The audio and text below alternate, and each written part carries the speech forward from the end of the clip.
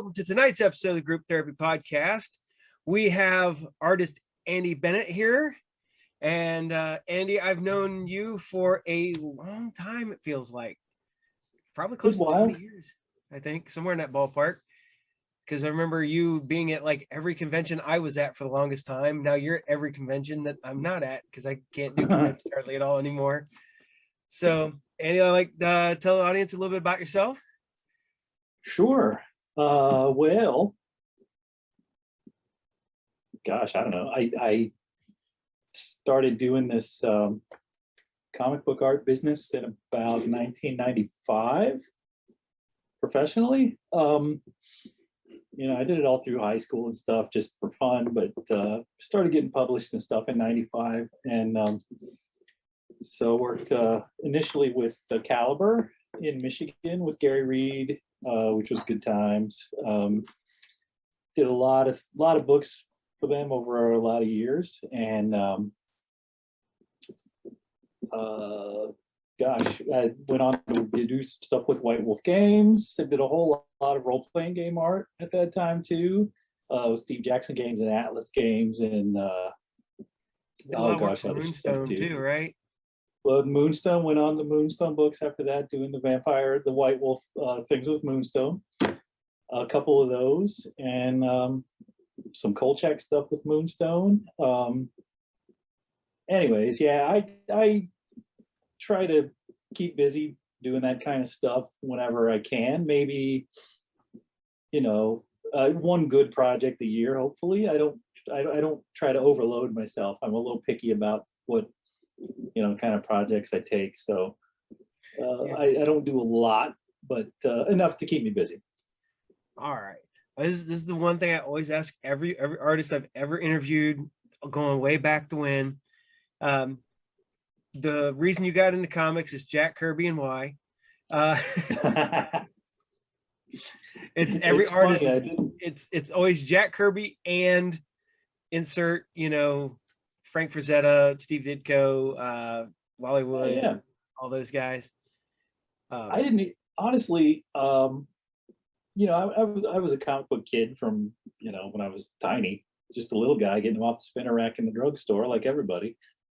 And I really didn't have a taste for Kirby back then. It didn't grab me in the early days. It wasn't until I started actually, doing this stuff in earnest myself that I could really appreciate, what he'd accomplished. And so now it's all about Kirby. A lot of people, it's either a Kirby or Ditko thing, and I'm not a Ditko fan, so it's all Kirby for me. Well, my whole thing with Jack Kirby was when I was young, like you, I didn't get it. I thought he was blocky. I didn't think, and then because all we ever got was because by the time I was really reading comics, he was almost pretty much retired at that point. Because he left Marvel in like 73 and did the whole DC thing, and then came back for a brief run in the late 70s, early 80s with like Black Panther and stuff like that. I was little, and I liked my I like Neil Adams and Sienkiewicz before he got all abstract when he was on Moon Knight in the beginning of it and stuff like that. He was doing Neil Adams impersonation. Yeah. And I was like, I like Steve Giffen until he decided to, or Keith Giffen before he started getting really into his own thing. I loved his run on like Legion of Superheroes, stuff like that. Yeah. So oh yeah. So you've been working for since 95. That was like right out of high school, wasn't it? It's a few years out of high school, but close. Yeah. That was right after I graduated from college, actually. So. I was gonna say you're roughly my age, I think. I just turned 47, so. I just turned 50. I was gonna say I knew we were pretty close, but very close. Yeah. Now I'm going to ask you this question because I told you I was going to ask you. Okay, you and Dave have always been at every convention together, side by side, for as long as I can remember. Which came first, the friendship or the appearances at conventions together side by side? Well, we met each other in art school first in 91. You know, anybody who's ever, you know, seen or met Dave knows how he doesn't know any strangers. He will engage with anybody at any time. Oh yeah. And he is a workaholic. Everybody knows that too. So he never left his dorm room. His dorm room was right next to the stairwell that I had to use to get to my dorm room, and he was always in there. And so I was walking by his door, you know, 10 times a day, and he's always there. And so he knows everybody who lived on my floor because we all had to walk right past his door to get in there. So, you know, it was just kind of an acquaintance really at that point. And then later on, right after I got out of college, I was working at a comic book shop, Central City Comics, God bless it, right here in Columbus. And I was there for a few years, which is where I made most of my industry networking, you know, connections at the time, which was great. But he was dating a girl who lived nearby.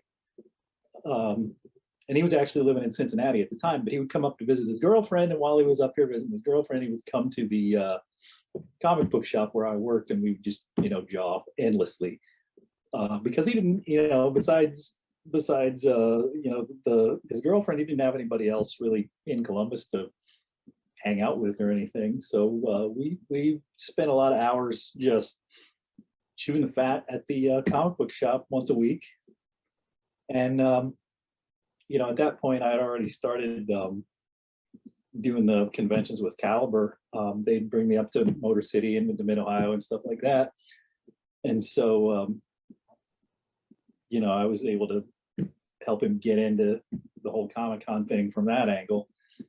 And that's about where we are now. So It, like I said, it's funny because, like I said, you guys have always been like side by side for as long as I can remember. That explains why. It's like, because I remember going up to Motor City Con back in the day. I remember the Calibur booth. I remember picking stuff up from you guys back in the day, probably long before I ever really knew who you were.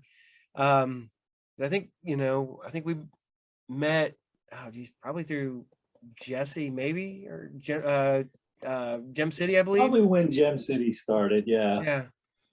And you know, it's one of the things is that, you know, everybody goes, oh, you know, you gotta, it's kind of a tight-knit community in this, like the whole comic book scene and the whole 9 yards, and you can't get nobody past anybody else because everybody knows, okay, if I don't know them, then this guy knows them, and then I know that guy, and then yeah, it's a big extended family. It's all less than 6 degrees of separation. Yeah. Oh yeah, it's bad. Is that I was telling Tina a while back. I go, well, you know, I have my con friends that I see at every convention and stuff like that. And I talk to all you guys and stuff like that. And I was like, yeah, I only see them a few times a year, but you know, when all this whole pandemic hit, you know, it was almost a year and a half before I got to see anybody. And it was like, man, I got to see, you know, I was like, I come home, I was like, I got to see everybody. I got to say hi at least, and like, because you know, it's weird cool. that, you know, you can go that long, you know, because I, like I said, only got to see you guys maybe 4 times a year, but when you go that long, it's like, man, I miss those guys, you know, just bullshitting and talking to you guys and hanging out. And yeah, it's you know, you're one of the few that has actually done an appearance in my shop, and yeah, back in the day.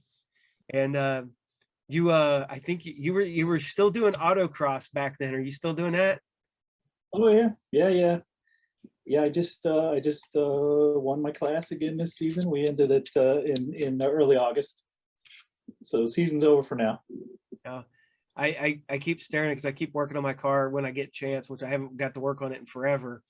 But you see that show that's on, I think, Discovery Channel, Getaway Driver? No. Look it up when you get a chance. It's a show hosted by Michelle Rodriguez, and literally these people that do autocross and stuff like that with their cars, you race for money, and if you can get away from the cops, you get to keep the money. Nice. And all so right. it's in one of them, like you know, A movie set probably, but yeah, you got to try to Yeah, outdrive the cops and everything else. So get that heist angle. That's yeah, cool. you're literally the first person I thought of. I was like, man, it's like I see Andy out there, but then he'd probably like, because these people are like hitting shit with their cars and stuff, and I'm like, yeah, no. I was like, I'll do it with my car. Right. The engine runs great. I was like, the body is all beat to hell because it's an old Camaro, but I'll drive the shit out of that. Yeah. Oh man. No, I'll have to check that out. I got to write that down. Yeah. And there was one that was on Netflix, and that was basically American like Ninja Warrior for cars. That's the best way I can explain it. I did watch that one. Yeah. Yeah. So, but okay. You work for Calibur. What's some of the stuff? What's your first book you did for Calibur? First, well, the first couple of things were just short stories for Negative Burn. You know, Negative Burn was great. They went 50 issues of that thing, and it was, you know, for anybody who's not familiar with it, there were probably 8 stories in every issue, Yeah, and they were all over the map. They didn't have a theme really at all. They just published. Joe Pruitt edited. Just published stuff that he liked, that he thought was good, and so I did a 1-pager that was in number 19, issue 19, and then I did another follow-up, like a 5-pager or something, that was in issue 25 maybe, or 29. I don't know. I ended up having like 3 or 4 stories in Negative Burn over the course of things. But the very first, you know, thing with any kind of substance I did was with Gary Reed, who was the editor and publisher of Calibur. He really liked my work, and he had a pet project that he'd been trying to get to happen for a long, long time. And he asked me if I wanted to do it. And you know, you don't say no to Gary. He's the guy, you know. So you know, I signed on to this thing. It was called it ran in a 4-issue kind of miniseries. It was called High Caliber. I remember. And it was there were two stories in each issue, and Gary and me did the only story that ran throughout the entire series. So we did a 4-part, you know, 25, 29 pages per issue. So it was a full-length comic. There were double-sized issues. And the story's called Ghost Sonata, and it was really, really off the wall, really gothic, very dramatic, not typical comic stuff at all. It was based on a play, because Gary was like super literary guy, you know, and that was his jam, you know. So he'd been trying to adapt this play into a comic. We did this thing, Ghost Sonata, and it was insane. I had no idea how, you know, that was like my first project, and it was, I don't even know if I could do it now, because just now knowing then what I, you know, knowing what I know now, I would just like draw myself into a corner within like 2 pages, and I would just be completely lost. So luckily I kind of didn't know what I was doing, so I just, you know, got in and just dived in and swam, you know. Yeah, it was ignorance so is bliss. Yeah, we did this thing, and it ended up being 120 pages or something like that, and it's been collected into a paperback and stuff, and it's not terrific, you know. It's, you know, again, it's my very first you know, long form published work. I think I started it in 98 or so, but there's a lot of stuff that I did. I look back on it, and I think I would never do that this way now, and it's kind of cool that I did it that way. You know, there's a lot of storytelling things that I did that you know, now I think I would probably try and find a shortcut around. But at that time, I didn't know the shortcuts, so I wasn't taking shortcuts. So I was going out there and doing the long form work. You know, it's cool to go back and look at it now and think about, you know, putting my head from today into that brain space from back then, and see how differently it would have turned out. what's funny about like I think I love how you're talking lovingly about like some of your first work.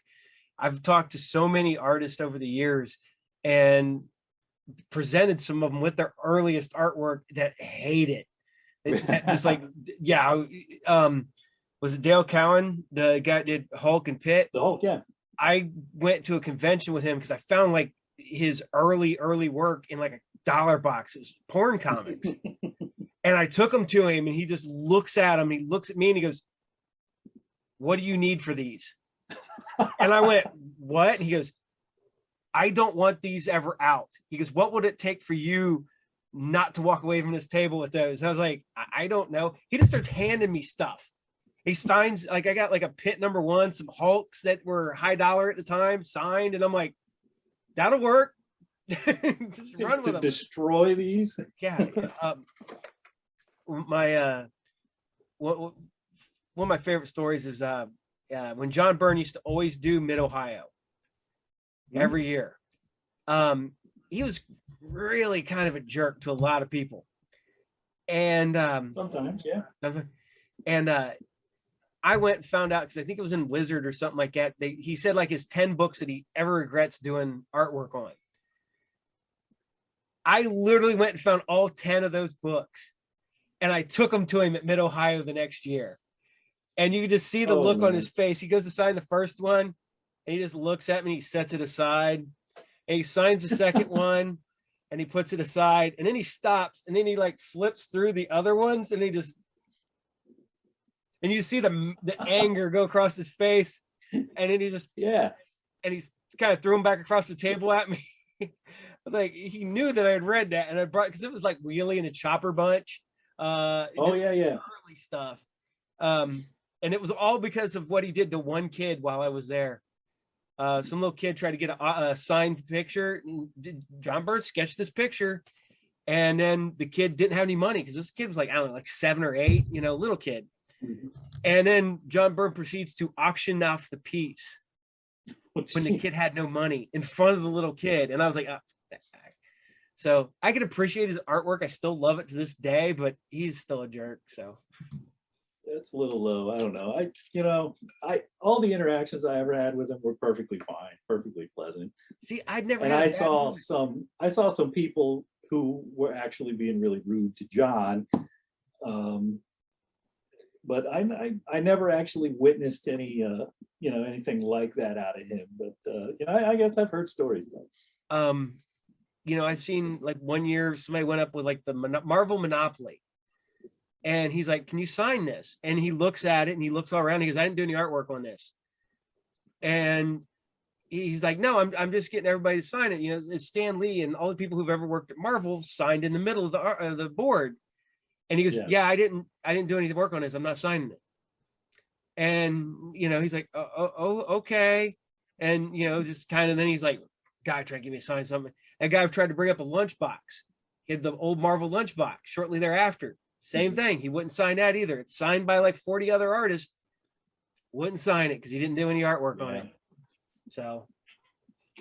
Yep, he's one of a kind. Yeah, he's a person unto himself, I guess. Yeah. But and we'll get back to, sorry to derail a little bit. I always do this.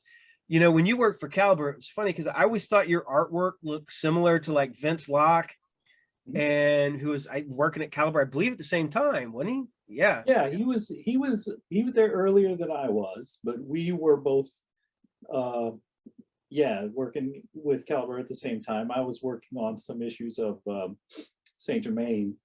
Vince did the first 4 issues, and I think I did 5 and 6 with Gary. And I had to follow Vince on that, which was ridiculous, but oh well. Well, you guys talk about Gary. I interviewed Gary for like my old public access show I did years upon years ago. Yeah. And for the longest time after that, he would send me like a signed book or something else at Christmas time. Wow. So I got a whole bunch of old signed like trade paperbacks and books and stuff like that because I just randomly one in the mail Christmas time, Gary thanking me, and I was like, okay.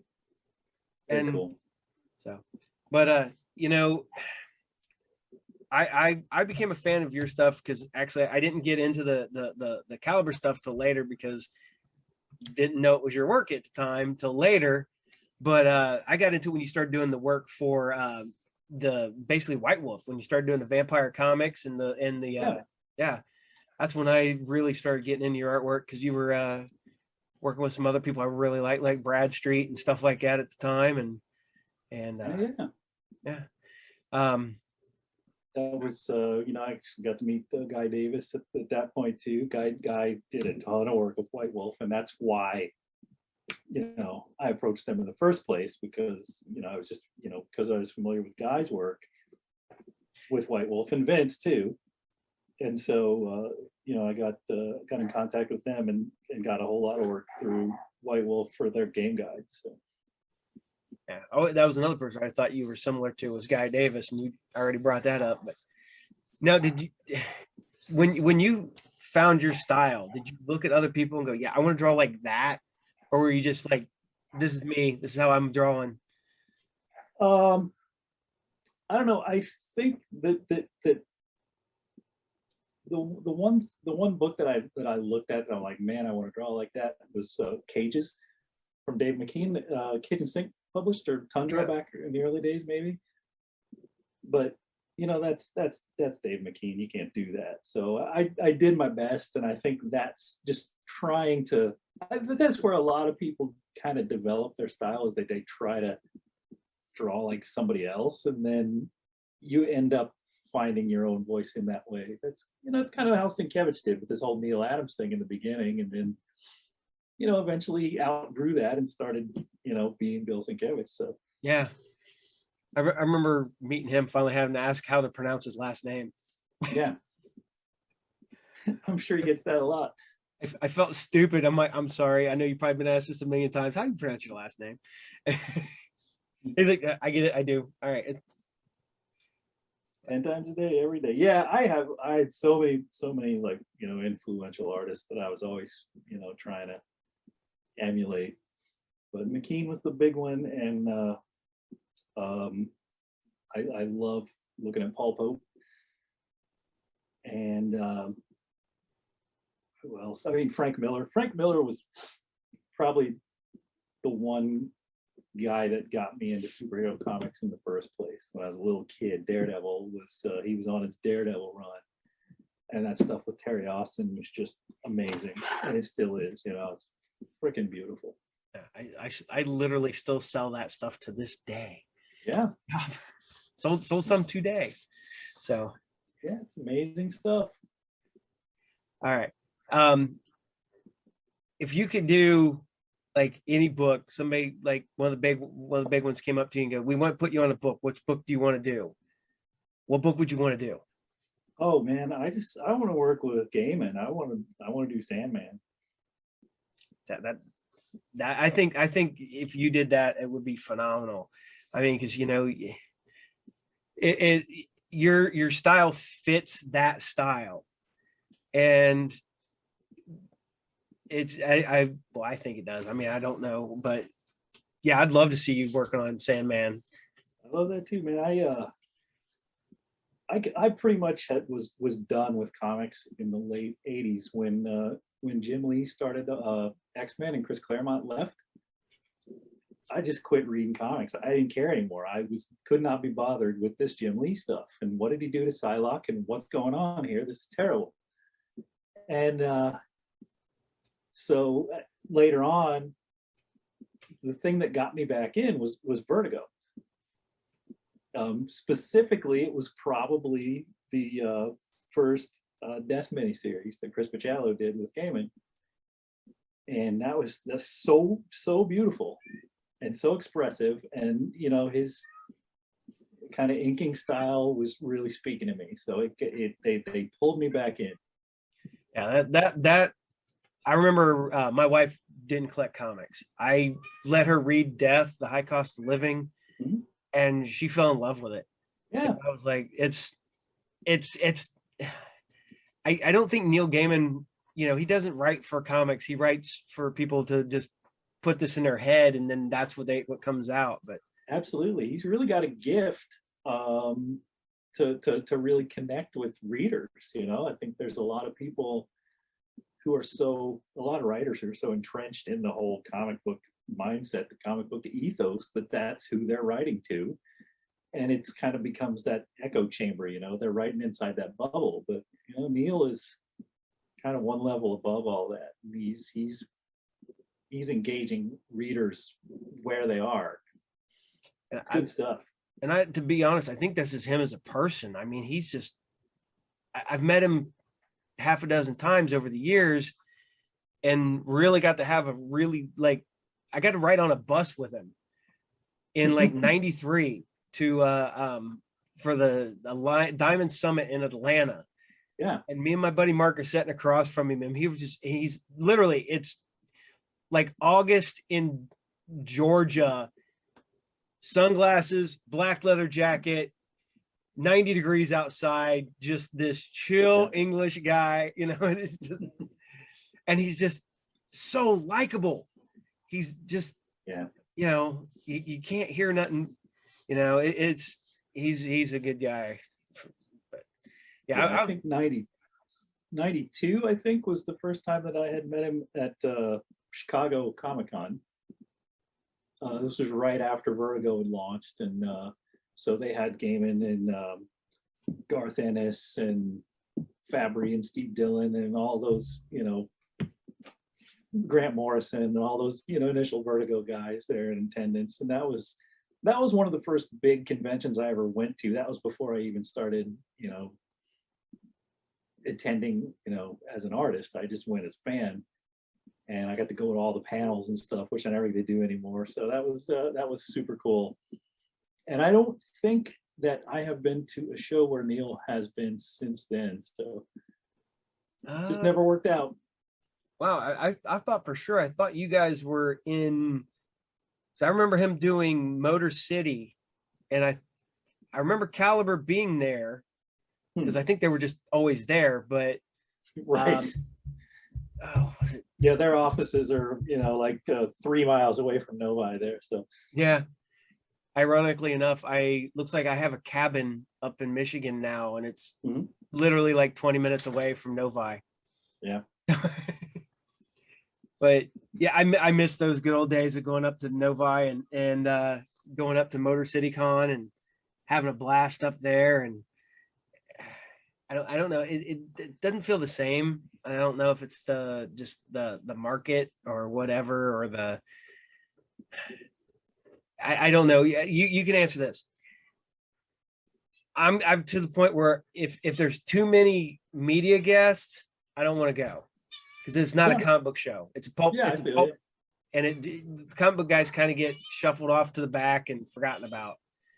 Yeah, and in those early days at Motor City in the 90s, you know, it was a different times back then, because it was one of the only, you know, larger shows on this half of the United States. And so Marvel set up a publisher booth there. DC had a publisher booth. Dark Horse had a publisher booth. Image had a publisher booth. It was big time. And eventually then, once we got New York Comic Con and stuff like that, that was closer to home. That was their big, you know, blowout show, and they didn't really do Motor City anymore. So it kind of changed a lot at that point. It was Motor City changed. I used to love going to Pittsburgh and always hanging out with Forney and Metters and all them guys over there, and hanging out. Just it was funny because you literally didn't go 5 hours away from my house and still talk to the exact same people I talked to 20 minutes away from my house, right? And have fun, because I mean, I always thought Pittsburgh was great. Pittsburgh was a comic show. Yeah. And you had your Night of the Living Dead and Day of the Dead guys, because literally it was in the parking lot where they filmed it. Right. But yeah, it was Pittsburgh was a weird show. I couldn't really crack Pittsburgh. I went to there for, you know, a number of years. Dave and I probably went there maybe 7 years or something, and it was every year was different. There was some kind of weird curveball. But one of the most memorable Pittsburgh cons I was at, I was seated right next to Greg Nicotero. And I had no idea who Greg Nicotero was, but everybody else knew who Greg Nicotero was. Yeah. So I had this gigantic mob standing next to my table for the entire weekend, and I just got completely shut out. So that was it was not a great weekend, but it was, memorable for that reason at least. I remember Pittsburgh one year. I'm sitting there and I'm going through somebody's like dollar boxes, and I hear this voice, and it's a distinct voice that you cannot mistake. And I'm there going through, and I'm like, I look over, and Margot Kidder is standing right next to me, talking to one of her friends, and I'm like, Lois Lane is right here, It's like, and she was like, "What do you say to Lois Lane?" Yeah, she was buying up a handful of Superman comics that had Lois Lane on the cover, and I think she was signing them at her booth or whatever. But it was just, you don't get that anymore at cons either, because they try to just push everybody in your own little. You stay here, you stay here, you stay here. Yep, you keep them behind the curtains. Oh yeah. Now somebody might take a picture. Oh yeah. What's your favorite con that you're still doing?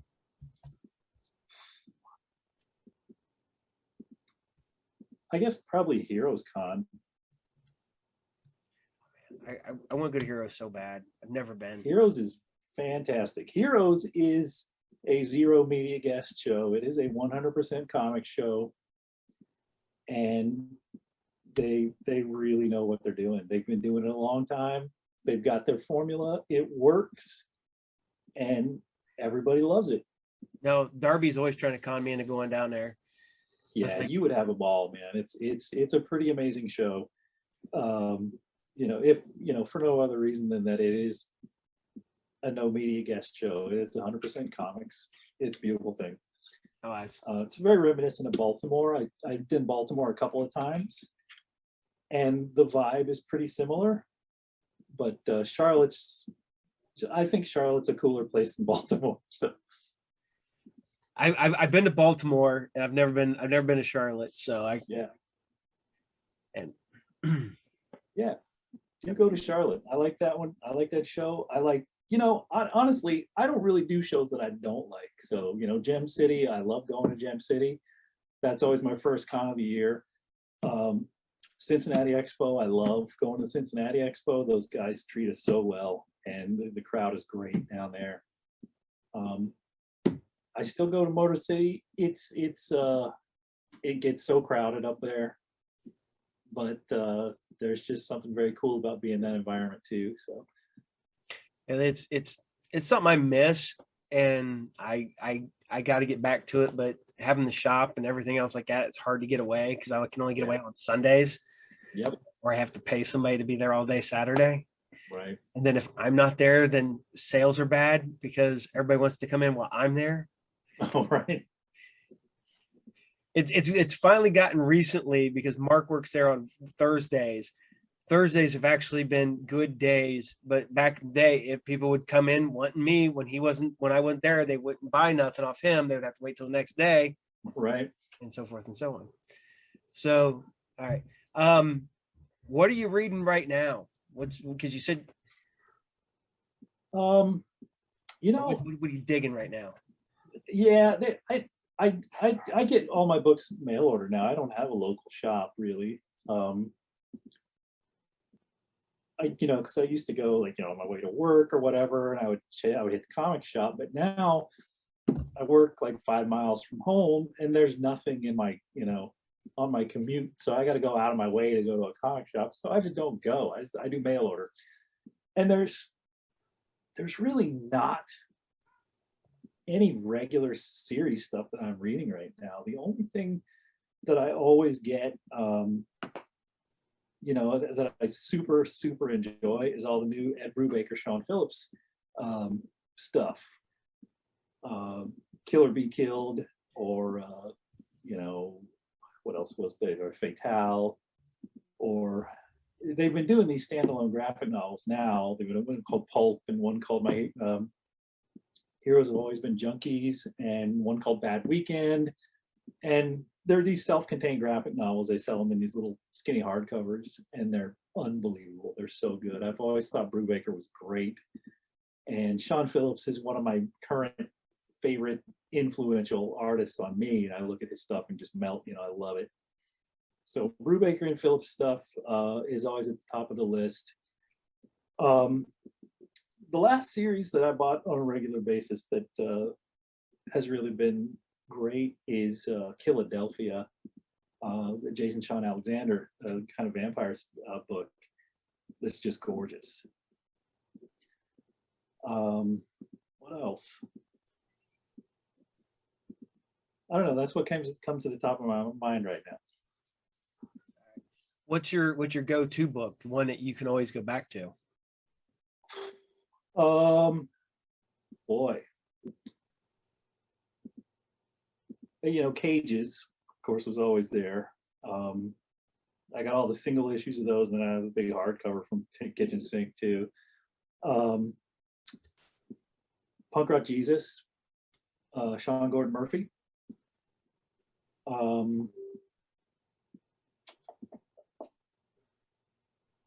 Ted McKeever's Metropole. I'm looking at my shelf here, trying to pick out some stuff. Sandman is always great.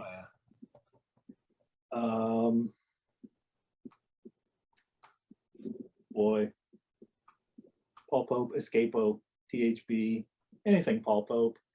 I see that gets me all charged up, but the energy in his stuff is so good. Now, Frank Miller's Daredevil. Yeah, I just reread some of that stuff a while back. His the Wolverine run he did. Yeah. And then the Daredevil. Oh man. All right. If you could work with somebody outside Neil Gaiman, who would you want to work with?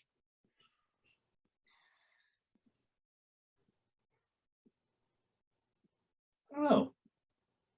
Probably Brubaker. I liked his run on Criminal, I think. Criminal was good, yes. And Sleeper. So much good stuff. And Ed, back when I was working at the comic shop, this was like 95. Brubaker was doing like these kind of real emo indie comics with like Black Eye Books and stuff. And those were great too, and then all of a sudden he's doing Wildstorm stuff with Sean Phillips and doing Wildcats and whatnot. So that was kind of a bizarre change in gears, but you could still see the Brubaker in there. The guy's got a voice. He's good. Yeah, I've gone back and looked at some of these guys, these writers and artists that are on these books that are very much not comic centric, not superhero-esque, whatever. And then you go back and look and accidentally find some of their early stuff when they're like, I think I found Grant Morrison writing Action Force, and I'm like, yeah, I'm sort of reading that and I'm like, I had to go back and look at it. And I had to look it up on the internet. I'm like, did Grant Morrison write Action Force? Yes, that Grant Morrison wrote Action Force. Yeah, interesting. Yeah, it's kind of like somebody like Brian Bendis too. I met Brian back in '95 whenever I was working at the shop, and he, I did a pinup for one of his Jinx specials back when he was still at Calibur, one of the last books that Calibur published of his. And he always did the coolest, crime comics, and now he's doing Superman and whatnot, all this high octane superhero event books. And it's so bizarre to think that the guy that used to do AKA Goldfish is now doing all this stuff. And I love it that it happened that way for him. It's cool seeing the indie guys that I can't say grew up on, because I was kind of an adult by the time that stuff came out, but man, because I was superhero kid, and then I started getting into Vertigo because I was always a Swamp Thing fan, and then Constantine, and then I've seen them guys like just blow up and become something just much bigger than that you really have any right to be at this point. Because I remember Bendis being at all the Ohio cons back in the day. Like all these people, I have a bunch of Bendis signed stuff from years upon years ago, and people are like, "Oh man, where'd you find Bendis?" I was like, he used to do Mid Ohio Con every year, You Yeah, he know, was from Cleveland, man. He did all the Ohio shows. it's like a friend of mine, Kyle Hotz. He was sitting there, goes, "Oh," I was like, "Yeah, I've known Kyle since back when we used to do Diamond or Jubilee shows at Dayton." Back, Yeah. and Yeah, holy cow. We had Jubilee shows out here in Columbus too. I was there. Yeah. I was a wee kid back then. Oh man, no, I started going. Of course, I didn't move to Columbus until 91. And so that's when I started going to Jubilee shows in Columbus. But man, I got to meet so many cool people. Because they used to bring in, I mean, I met Scott Hampton at one of these Jubilee cons. You know, that's right after Batman Night Cries came out. I'm like, man, this is the coolest. I got to meet Scott Hampton, got my Night Cries autograph. Oh yeah, that's funny because I was there. Well, not 91, 92. I was there because I worked for Mark at that time. Instead of Mark working for me now, I worked for Mark back then. Okay. And I remember doing the Jubilee shows, and we did them because we would do like Dayton on a Saturday and do Columbus on a Sunday, and then do Cincinnati the following week, and then do Toledo or Indiana. Yeah.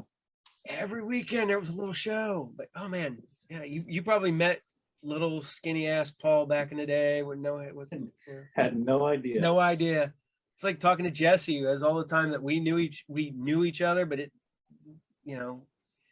used to come into Dragon's Lair when I worked at Dragon's Lair and never knew each other until years later. But, small world, man. Oh, it is definitely. All right. If you could work in any other medium, like if you could make a movie, write a book, what would you do? What would you do? You know, I've always been kind of interested in filmmaking, and storytelling in comics shares a lot of things with filmmaking as far as, you know, the way that you edit a film is the same way that you chop up a story into panels. You know, there's a lot of things that you can do in a comic that you can't do in a movie, and vice versa. So I think they're kind of cousins. And I've always been kind of a film snob anyway. When I was in college, I worked at a video store, so I was kind of a movie nerd all through college. Wrote movie reviews for the college newspaper and stuff. So, you know, I guess maybe filmmaking or maybe acting. I did a lot of acting in college too. I worked in theater. That was kind of not really it wasn't my official minor, but it probably should have been. Yeah. So, you know, any kind of theatrical thing, I think, is probably my fallback.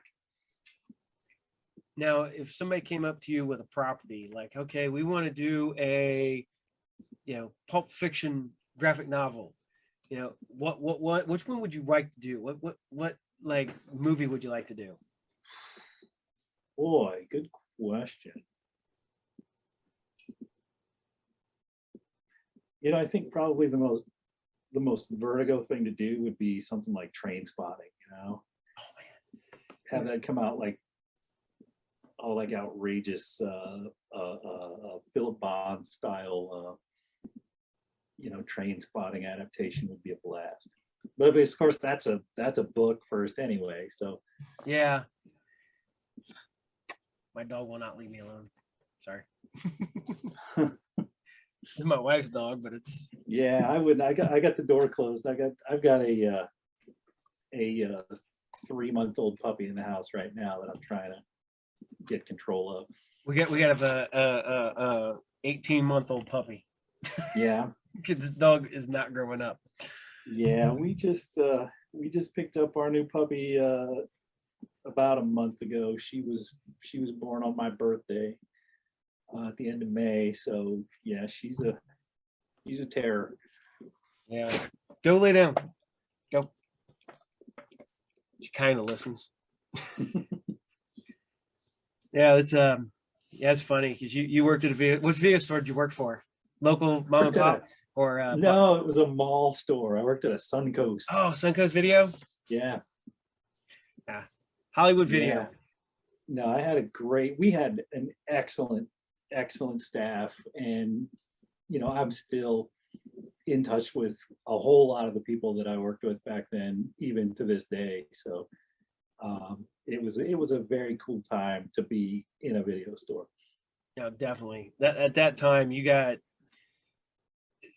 just all those really just at this point classic movies that have come out, like I said, That was kind of when Miramax first hit and Tarantino first hit. It was like, I think I worked there from 92 to 95. So you had Reservoir Dogs and Pulp Fiction that both came out during that time. And, all that really seminal early 90s stuff. Yeah, El Mariachi and El Mariachi, yes. Holy cow, Rob Rodriguez just getting started there. Yeah. $5,000. That's good stuff. Well, it's funny because I've noticed a lot of people around our age is we almost, we may have come from different backgrounds, geographically and economically and stuff like that, but we all have this like little tight, we've all been into movies, comics, artwork and all, and it kind of fits together because you're like, okay, is it just that generation, or is it where we came from, or was it actually just that time just happened to fit, all of us just happened to be there at the right moment, the right time to hook every one of us? Yeah, it was very much lightning in a bottle. I think I think once the internet took over, things really changed, and we're pretty much the last generation to grow up without internet. Oh yeah, try to explain to kids that come in my shop that I couldn't look stuff up on the internet. I had to go to the library. Right. Well, exactly. I'd go to the microfilm, man. What the hell's a microfiche? What's microfilm? Okay, well, you had this card that you stuck in a machine and you looked at it with a, or the fact that microscope. Yes. Yeah, you or the fact is that you just couldn't watch a movie. No, exactly. Yeah. What? I always love telling people about breaking down, like coming back from a convention or something bad happened, and they're like, well, "Why didn't you call anybody?" We didn't have cell phones. Why not? They didn't exist yet. No, they existed. Yeah. We couldn't afford them. Right. I didn't have my own cell phone until probably 1998 or something. So yeah, about there. We had the family cell phone. Right. If we traveled, right, that's what we took with us. If for not, emergency purposes. Oh yeah. And now how everybody in our house has a phone, and my kids all have phones, and except my youngest one, which surprisingly enough ain't made his way down here yet. He's got a tablet, and it's I think that's both good and bad, that with being able to have access to almost all media at any given time. Yeah. I got people that love comics, haven't collected the first issue. They just read everything online. You're just like, I'm like, right. Don't do that. Go purchase the book. Go. And it's the same way with music too. You don't buy albums anymore. You buy $1.29 for that single that I like. Yeah. Well, it's kind of weird because going to concerts and stuff, you'd always have people standing around at the end of the show with their CDs or their cassettes or stuff like that. And nobody does that anymore. You might be able to buy something at the merch booth and stuff like that, but you don't see actual people doing that stuff. And depends on the crowd. Now I did Dave and I went to a concert a couple of weeks ago, saw Squeeze. And I saw some people carrying LPs around for autographs at the Squeeze concert. But of course, everybody at the Squeeze concert was 45 years old or older. So I just went and seen King Crimson. So yes. I was the young guy. No, yeah. Actually, my son was the young guy. I looked at Joe and I went, I feel good, Joe. And Joe goes, why? I was like, I'm not the oldest guy here. I hate going to metal shows or whatever. And it's literally like 20 and early 30 years old. And I'm like, I'm almost 50. I'm old enough to be every one of yours dads. But oh yeah. Now, what are you listening to today? Well, what you said you went to the Squeeze concert. Yeah, I went to the Squeeze concert. That's the first concert I've been to in a long time. Oh gosh, I love I still like Rob Zombie. I do too. I know you can relate. My wife and I have seen Black Rebel Motorcycle Club like 3 times, and we love those guys. Um, oh gosh, who's really lighting me up these days? It's been a few years since they put out a new record, but Savages, I just love. It's kind of like Susie and the Banshees meets the Dead Kennedys. They're so good.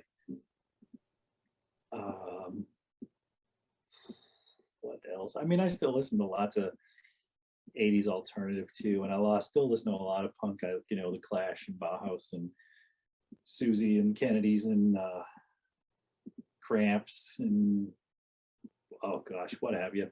What do you listen to when you're drawing? That same kind of stuff. I love Gorillaz too. It's one of my favorite more recent bands. That was one that threw me, the Gorillaz. It's like, hey, you know the guy from Blur? That's the Gorillaz. Yes. What? Yeah, I love Gorillaz. Dave and I went and saw Gorillaz in Detroit a few years ago from the front row. It was just magnificent. There was, of course, 2 members of the Clash were in the band, and Bobby Womack was there, and it was unreal. It's one of the best concerts I've ever been to. That's one of the ones that I've always wanted to go to. Kind of heard it's like a kind of like a all out, like almost overload music and animation and yeah, lots of all the Jamie Hewlett art on the screen back there, lots of animation on the Jumbotron behind him. Yeah, it was something to see. Yeah. Like I said, that's when I want to go, and hopefully Elizabeth is like next week. I'm supposed to go see Alanis Morissette and Garbage. So I'm a metalhead. I'm like, hell yeah, I'll go see that. Ah, man. What do you have any upcoming projects coming out? Oh, well, yeah, I think so. I don't know. I'm trying to clear off my commission list right now. It's been rough, I'll tell you, with this COVID business, and I have to work from home. I haven't been going to the office, so I sit here at my desk and I do my work for 8 hours, and then I go have dinner, and I don't want to come back in here and work anymore. So, my commission list is going nowhere, and my comics work is going nowhere. So it's been kind of a bummer, and it's a real uphill slog trying to get stuff done. So, now that the convention thing has started back up a little bit, it's helping, because that gives me deadlines. I have to get these commissions done for Cincinnati, so that forces me to get some work done. I have got a book in progress right now with a friend of mine from England named Joel Meadows. He's the editor and publisher of Tripwire magazine in England, which they sell in the States too. But really smart guy, very talented guy. I met him at a Pittsburgh Con back in the mid-aughts, 2006 or something like that. And we've been kind of talking about trying to get a thing together for that many years. And just last year, we finally kind of got off our butts and started doing something about it. So we've got a couple of short stories going right now, and we are sending out some proposals, trying to find ourselves a publisher, which should happen. I'm pretty excited about that. I've got, of course, October is coming up in less than a month now, and I took the year off last year for Inktober after doing it 5 years in a row, and I'm going to do that again this fall. So I still have to get my list ready for that. So October is just a blur because it's drawing every single day. It's a good exercise, and I think that's probably going to be the thing that really gets me out of my rut, I hope. Cool. One last question. What bit of advice do you have for people that are starting out or people that are trying to get into comics? Oh man, I did it wrong for so long. I do like X-Men sample stories and stuff, and whatever, and try to show it to editors and talk to publishers and all this stuff, and never got anywhere. And so when I finally cracked it, I started actually doing what I wanted to do. I wrote my own thing, I drew my own thing with my own style, and I didn't try to do any kind of house style or anything like that. I just was very honest about it. And the very first thing I did was the thing that got picked up for negative burn for Calibur. So that's, after I quit beating around the bush and actually created something, that's what worked for me. So, that's always my advice, is to just, don't try to play somebody else's ball game. Okay. Be yourself and do what you like. And somebody's going to relate, somebody's going to be simpatico to that. And that's what you need, that's what you need to get started, to get in connection with, if you want to get published, if you want to get connected with a publisher, do something worth publishing. All right. Do you want to give us a list of places you're going to be? Because you said you're going to be at Cincinnati. And I will be at Cincinnati in a week and a half. Yes. And then in October, mid-October, I will be at Motor City.